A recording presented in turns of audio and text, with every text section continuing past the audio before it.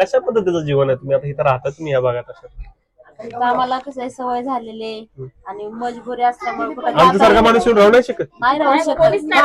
बाहेरचं बॅकग्राऊंड बघूनच बाहेरच्या बाहेर जातो माणूस. चंबरचाच प्रॉब्लेम असतो. गाळ काढायला कोणी येत नाही. घुशीचं प्रमाण वाढलंय, मच्छरचं प्रमाण वाढलेलं आहे. लहान मुलं आजारी पडतात. बाथरूम व्यवस्थित नसतं इथं. बाथरूम एकदम घाण आहे. त्यामुळे लहान मुलांना बाथरूमला न्यायचं म्हणलं तरी प्रॉब्लेम येतात. तुम्ही मला एक सांगा पहिली गोष्ट, आता मी काय तुम्हाला इंडिव्हिज्युअल काय म्हणत नाही, मी एका वेगळ्या साईडला राहतो. ही दुनिया एक वेगळी, ही लोकांना दिसत नाही. कारण ही खूप आत आहे. मीच येताना विचारायला म्हणतोय की पोरांना, बाबा तुम्ही एवढा आत नाही लागलाय मला, पण बाहेर येईल का मी माघारी, की माझ्यासाठी सगळ्यात मोठी.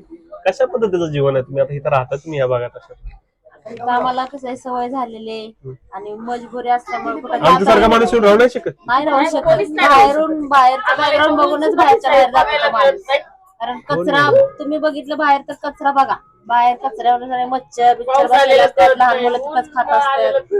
बरं मला कचरा टाकायला जागा नाहीये. आता ह्या सगळ्या गोष्टी झाल्याच, पण ह्या भागात कोणी आहे का इच्छुक जो उमेदवार खऱ्या अर्थानं काम करेल तुमच्यासाठी? बघू आता भाजप तर काय करतात. भाजप काय करते?